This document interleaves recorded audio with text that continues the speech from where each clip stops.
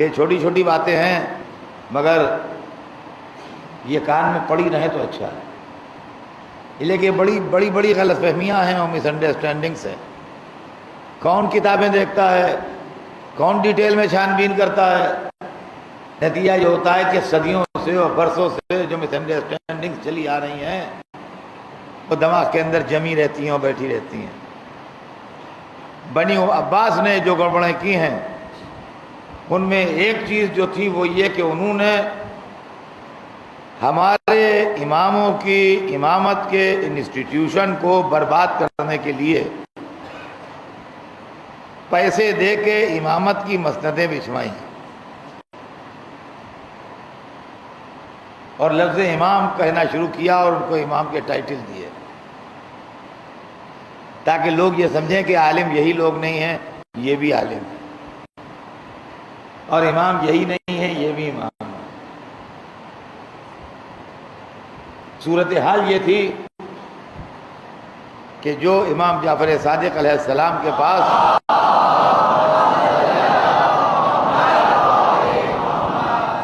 مسئلہ پوچھنے کے لیے آئے وہ 1 دینار ٹیکس تھے، عام آدمی الاؤ نہیں تھا امام کے پاس، 1 دینار ٹیکس دیجئے تو اندر جانے کی اجازت ہے، سرکاری آدمی دروازے بیٹھا ہے۔ یہ اس لیے تھا کہ آنے والوں کی تعداد گھٹے کم ہو۔ جو امام ابو حنیفہ کے پاس پوچھنے جائے تو 1 دینار ملتا تھا انعام کو، تاکہ مسئلہ پوچھنے والوں کی تعداد بڑھے۔ اور معلوم ہو کہ دن بھر میں 1000 آدمی آئے تھے، بڑی صاحب مرجعیت ہے، بڑا زور ہے، بہت لوگ جمع ان سے پوچھنے کے لیے، بڑے عالم ہیں۔ یہ اندر حکومتیں پورا مینپولیٹ کرتی تھی۔ تو ایک کام تو انہوں نے یہ کیا ہے کہ انہوں نے ہمارے امامت کے انسٹیٹیوشن کو برباد کرنے کی کوشش کی، بھلے نہ کر پائے وہ ایک الگ بات ہے، وہ ایک الگ بات ہے، لیکن کی۔ دوسرا کام انہوں نے یہ کیا کہ اماموں کے گھر میں اور امام کی فیملی میں پھوٹ ڈالی۔ اسماعیل کا دعوی امامت کر کے اور خاندان کے لوگوں کو پیسے دے کے توڑ کے امام موسی کاظم علیہ السلام کے خلاف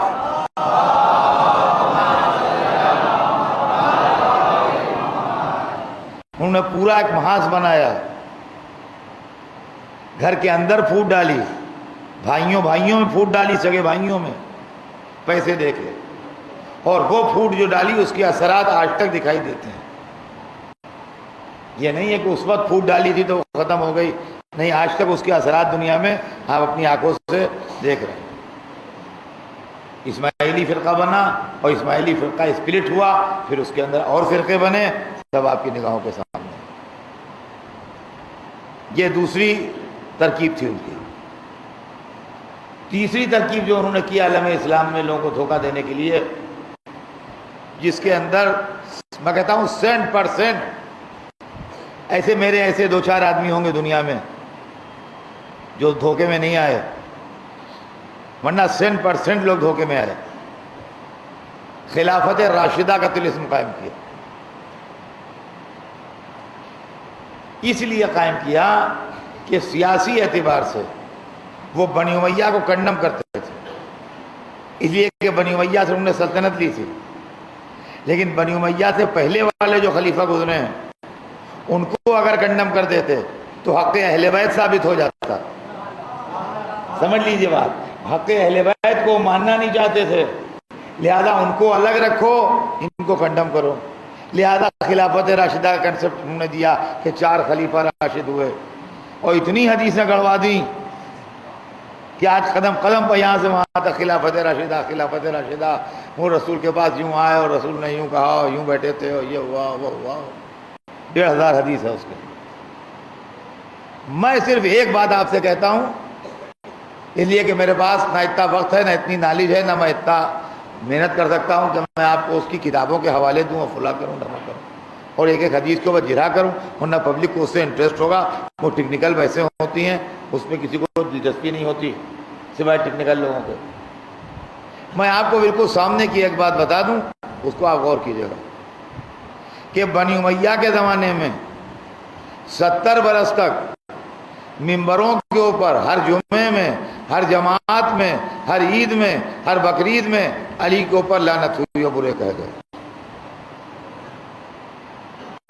یہ ہسٹوریکل فیکٹ ہے، اس سے کوئی انکار نہیں کر سکتا۔ سوال یہ پیدا ہوتا ہے کہ اگر رسول اللہ اپنی زندگی میں خلافت راشدہ کا کوئی کانسیپٹ دے کے گئے تھے تو وہ کیسے مسلمان تھے جو علی کو خلیفہ راشد بھی مانتے تھے اور جمعے کے دن برا بھی کہتے تھے؟ آپ غور کیجئے۔ تو یہ سب بات کی ایجادیں ہیں، یا پہلے کی ایجادیں نہیں، یہ سیاسی اعتبار سے چیزیں ایجاد کی گئی۔ اور یہ بھی میں آپ سے عرض کر دوں، اس کو غور کیجئے گا، غور سے سنیں، بچے سنیں، کہ بے شک امام حسین کی مظلومی اپنی جگہ، اور دنیا میں ان سے بڑھ کے مظلوم دوسرا نہیں، یہ فیکٹ اپنی جگہ پر، اس سے کوئی انکار نہیں کر سکتا۔ یہ تصور دماغ سے نکال ڈالیے کہ ہمارے اور اماموں نے کیا کیا وہ تو ہمیں معلوم نہیں۔ آپ کو نہ معلوم ہو وہ ایک الگ بات ہے، لیکن جو انہوں نے کیا اور جن حالات سے وہ گزرے اس میں کبھی آپ ایسا نہ سوچیے گا۔ امام حسین کی مظلومی اور ان کی شہادت کی عظمت اپنی جگہ پر، مگر جس مصیبت سے اور جس تکلیف سے امام موسیٰ کاظم گزرے ہیں،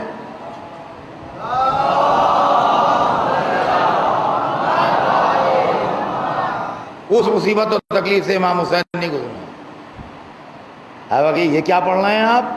اب میں ابھی کہتا ہوں تو آپ کی سمجھ میں آئے گا۔ امام حسین کا مقابلہ یزید سے تھا، آج تک ہے، حسین و یزید، حسین و یزید، حسین و یزید۔ اور جب ہم پڑھنے بیٹھتے ہیں تو پورا زور دے کے پوری طاقت سے پڑھتے ہیں، ساری دنیا میں للکار کے انسانوں کو کہ بتاؤ حسین و یزید کا کوئی مقابلہ ہے؟ کہاں حسین، کہاں یزید، کہاں ابو سفیان کا پوتا، کہاں محمد کا نواسا، کہاں فاطمہ زہرا کا بیٹا، کہاں ہندہ جگرخارہ کا پوتا، کہاں علی کا فرزند، کہاں معاویہ کا لال، کہاں بنی ہاشم، کہاں بنی امیہ، کہاں نبوت کی گودیوں کا پالا، کہاں آغوش کفر کا پروردہ۔ تو جتنے بھی ہیں، چاہے کیسے بھی ان کے دل میں خیالات ہوں، سر تو ان کو بھی ہلا نہیں پڑتے ہیں،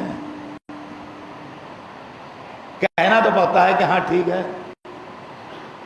دل میں جو بھی خیالات ہیں وہ تو اللہ جانے، لیکن زبانیں تو بند ہو جاتی ہیں۔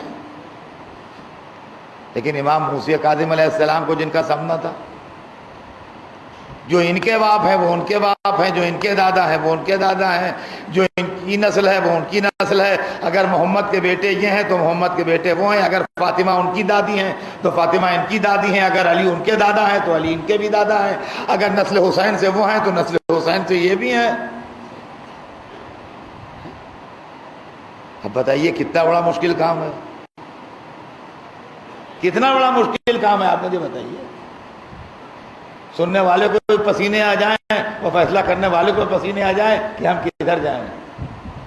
ان کی دادی بھی سیدہ ہیں، ان کی دادی بھی سیدہ ہیں، ان کے دادا بھی رسول اللہ ہیں، ان کے دادا بھی رسول اللہ ہیں، ان کے جد بھی علی ہیں، ان کے جد بھی علی ہیں، ان کے جد بھی حسین ہیں، ان کے جد بھی حسین ہیں، ان کے نانا بھی حسن ہیں، ان کے نانا بھی حسن ہیں۔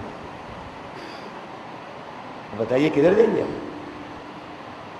مجال ہے کچھ کہیے، منہ میں زبان ہے آپ کے جو بولیے گا۔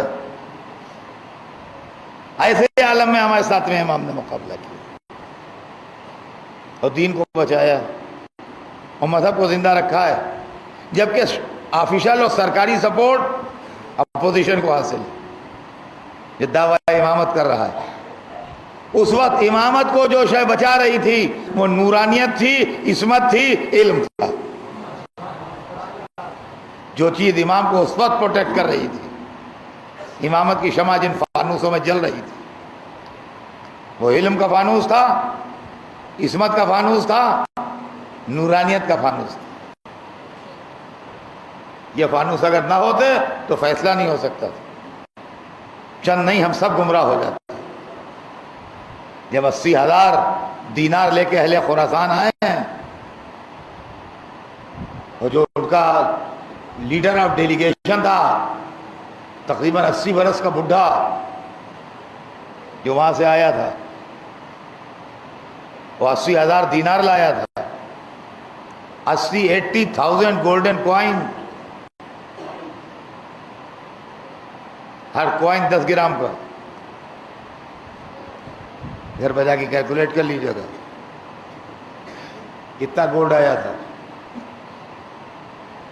وہ ڈھونڈ رہا تھا، سرکاری آدمیوں سے ٹکرایا، ان کا ہاں چلو ہمارے ساتھ، ہم پہنچا دیتے ہیں۔ وہ پہنچا دیا وہاں جہاں مسند سجی ہوئی تھی۔ تو چہرہ مہرا صورت تو خاندانی ہوتی ہے۔ اب وہ جو بیٹھے تھے وہ بھی ادھر ادھر کے تھوڑی تھے، وہ بھی تو امام جعفر صادق کے بیٹے ہی تھے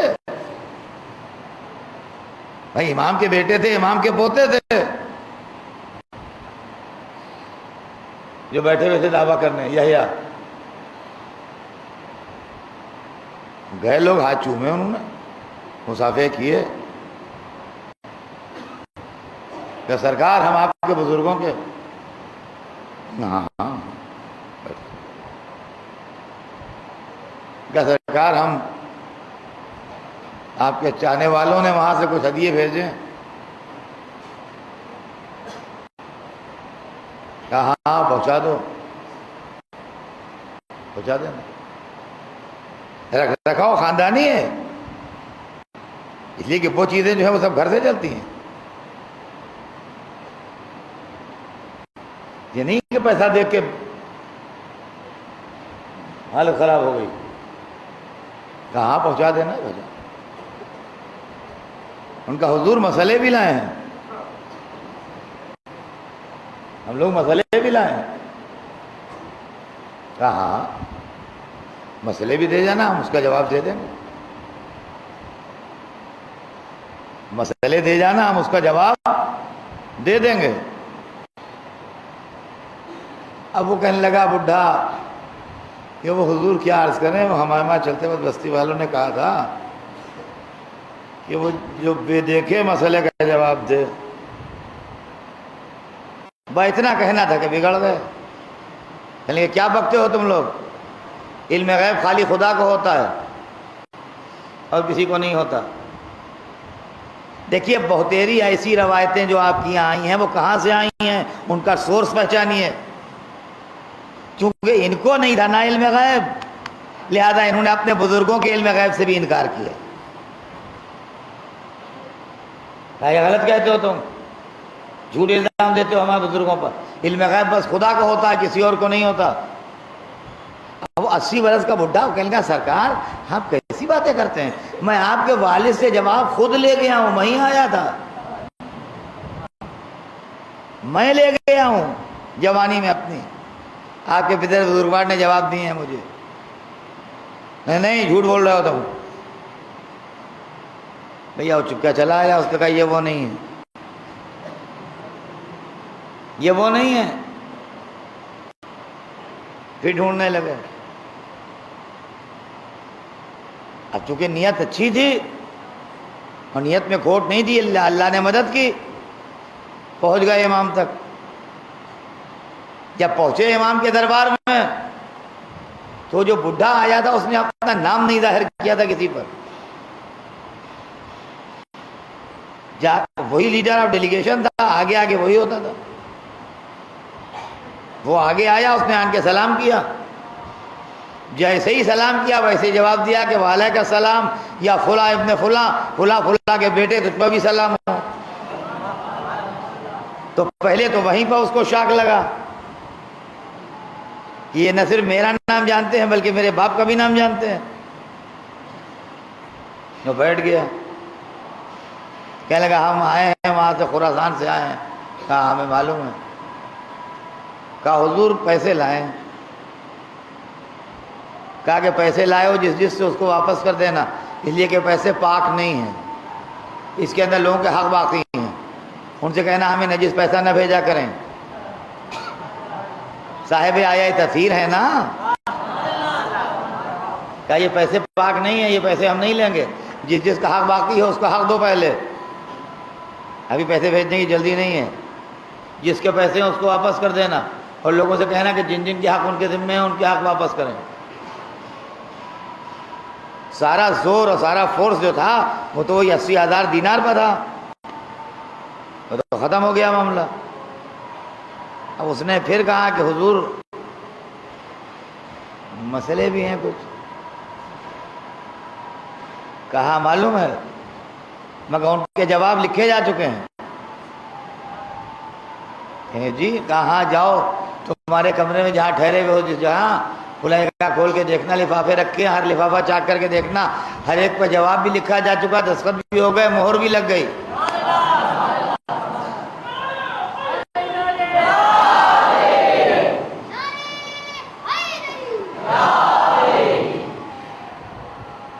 وہ سب کام ہو گیا ہے، اس کے لیے تمہیں یہاں آنے کی دوبارہ ضرورت نہیں.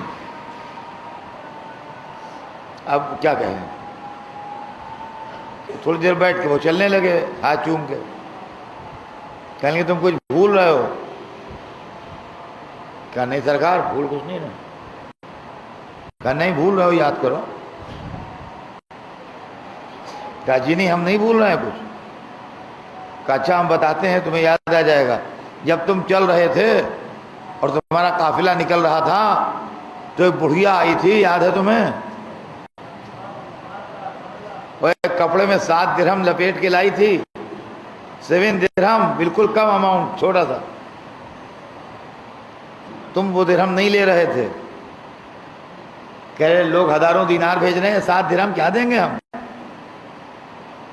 اس بڑھیا نے تمہاری خوشامد کی تھی کہ میرے پاس تو یہی ہے، اس کے علاوہ نہیں ہے کچھ میرے پاس. میں غریب بڑھیا ہوں، میرے پاس اس کے آگے کچھ نہیں ہے. میرا یہی تحفہ امام کو پہنچا دینا. بڑی مشکل سے تم نے وہ درہم لے کے رکھے تھے. وہ درہم لا کے مجھے دو، مجھے قبول ہے.